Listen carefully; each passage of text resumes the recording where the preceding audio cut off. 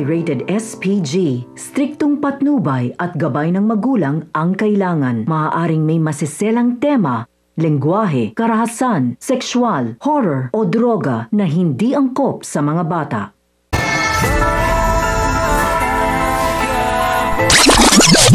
Lalong uminit ang ulo ni Greg nang mapuruhan siya ni Tanggol sa balikat dahil lang kung kaya't nakuha ni Tanggol ang daladalang briefcase ni Greg. Sinabi ni Tanggol na mukhang mahalaga ang daladala ni Greg kung kaya't gagamitin niya ito bilang proteksyon nang sa gayon hindi sila tuluyang ubusin ni na Greg. At sa pagdating ni Ramon at Severino ay laking gulat ni Ramon dahil hinayaan ni Greg na mapuntak ni Tanggol ang dala nitong epektos, kaya naman tumulong na si Ramon at Severino sa pakikipagpalitan ng bala sa grupo ni Tanggol. At habang sila ay naghahabulan sa hagdan ay napansin ni Ramon na kamukha niya si Tanggol nang siya ay kabataan pa, kung kaya't mapagtatanto niya na marahil si Tanggol ang kanyang nawawalang anak. Kaya naman dito gagawin ni Ramon ang lahat para mapigilan si Greg sa pakikipagputukang kina Tanggol. Di naman inaasahan ang bigla ang pagdating ni Olga para bumak up nga matapos siyang tawagan ng kanyang anak na si Greg.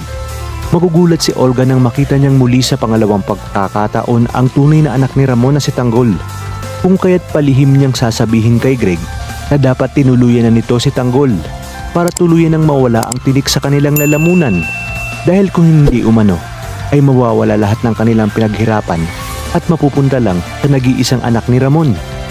Sinabi ni Greg na wag umanong mag-alala ang kanyang mama dahil ngayong alam niya na ang mukha ng anak ng kanyang Tito Ramon ay gagawin niya ang lahat para tuluyan na itong mawala sa kanilang landas. Kaya naman dito na magsisimula ang mas malaki pang hidwaan sa pagitan ni Tanggol at Greg.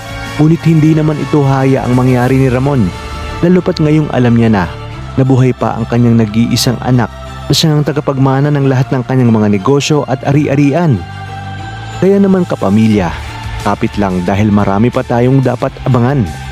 Ito lang sa bagong paborito ng sambayanan, ang FPJ's Batang Quiapo.